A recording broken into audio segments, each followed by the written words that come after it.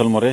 नमस्कार माऊली. नमस्कार नमस्कार. तुम्ही आलात, आम्हाला भेट दिली, त्याबद्दल तुमचे आम्ही आभारी आहोत. मग कसं काय वाटलं तुम्हाला येऊन बघून? तुमच्या भेटीची खूप आतुरता होती आणि मी कधी गावी जातोय आणि या तुमच्या बागेला मी कधी भेट देतो असं झालं होतं.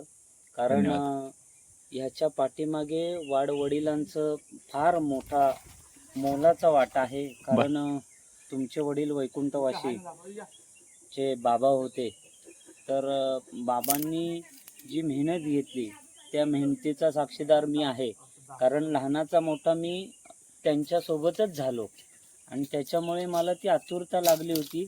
आणि खरं पाहिलं तर जसं संत म्हणतात, वडिलांच्या पाठीमागे वाढविले महत्त्व वडिलांचे, त्याप्रमाणे वडिलांच्या पाठीमागे आपण हे जे जो शेतीचा जो मुख्य भाग आहे, विशेषतः या ठिकाणी या डोंगराळ भागामध्ये ह्या गोष्टी होणं फार अवघड आहेत, पण ते तुम्ही साध्य करून दाखवलं. असाध्य ते करिता सायस कारण अभ्यास तुका म्हणे, म्हणून तुम्ही हे सर्व शक्य करून दाखवलं. आणि आपल्या वडिलांच्या पाठीमागे जो वडिलांनी वारसा चालवला होता शेतीचा, या ठिकाणी आपल्या तालुक्यामध्ये जवळजवळ ही एवढी मोठी लागवड पहिल्यांदाच त्यांनी केली होती त्यावेळी. हो, 92 ला. येस, बरोबर, 92 ला. आणि तिथून आम्ही लहानाचे मोठे त्यांच्या समोर झालो आणि त्यांनी जी मेहनत घेतली त्याचा आज म्हणजे इवलेसे रोप लाभिले द्वारे त्याचा वेळ गेला गगनावर. त्याप्रमाणे त्यांनी जे रोपटं लावलं त्याचं आज तुम्हाला काहीतरी खायला भेटत आहे सगळ्या गोष्टी. बरोबर आहे. त्या पद्धतीने खूप मला आतुरता होती. तुमचे व्हिडिओ सोशल मीडियावरती व्हायरल होत असताना या धावपळीच्या जीवनामध्ये जरी किती गडबड असली तरी आतुरतेने आम्ही ते पाहत असतो. धन्यवाद. आणि आज या ठिकाणी माझं सहज येणं झालं, प्रोग्रामसाठी आलो होतो इथे. तर मी सहज आमचे बंधू वैभवजी शेडगे यांना मी विनंती केली की आपण दादांकडे तिथे जाऊन भेट देऊन येऊया. इथं आलो, तुम्ही आम्हाला आंबा खाण्यासाठी दिलात. अप्रतिम, अगदी जबरदस्त, अवर्णीय आहे.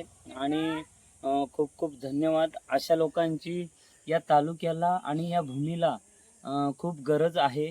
आपले सर्व तुम्ही आम्ही तरुण वर्ग मुंबईमध्ये आज राहून तुम्ही आज हे जे वडिलांनी जे केलं होतं, बरोबर आहे, त्याच्या पाठीमागे तुम्ही मुंबईवरून येऊन जाऊन सर्व ह्या गोष्टी करत आहात, याचा आम्हाला सार्थ अभिमान आहे. आणि आम्ही जिकडे तिकडे जात असतो तिकडे आम्ही नक्की या बागेची आणि आपल्या वडिलांची आठवण प्रत्येक वर्षाला येतच असते. कारण त्यांनी हा जो भूतोना भविष्य असं हे जे करून ठेवलेलं आहे, तर खूप आनंददायी आहे. म्हणून मी वेळात वेळ काढून आज या ठिकाणी आपल्या भेटीसाठी येण्याचा प्रयत्न केला आणि माझंही नशीब होतं या ठिकाणी येण्याचं. आणि ते खूप वर्षानंतर मला या ठिकाणी येता आलं.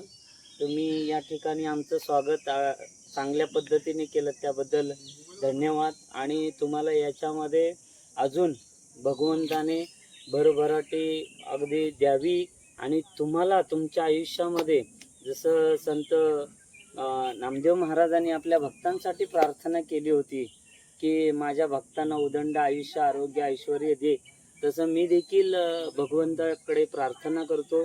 आमचे विठ्ठल दादा आहेत, त्यांच्या नावातच विठ्ठल आहे आणि धन्यवाद.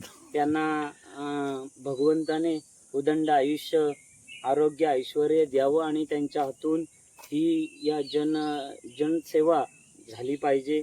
एवढं मी बोलतो, या ठिकाणी थांबतो. पुनश्च एकदा धन्यवाद. रामकृष्ण. तुम्ही आल्याबद्दल मी धन्यवाद. धन्यवाद. चला भेटू आपण नेक्स्ट व्हिडिओ मध्ये.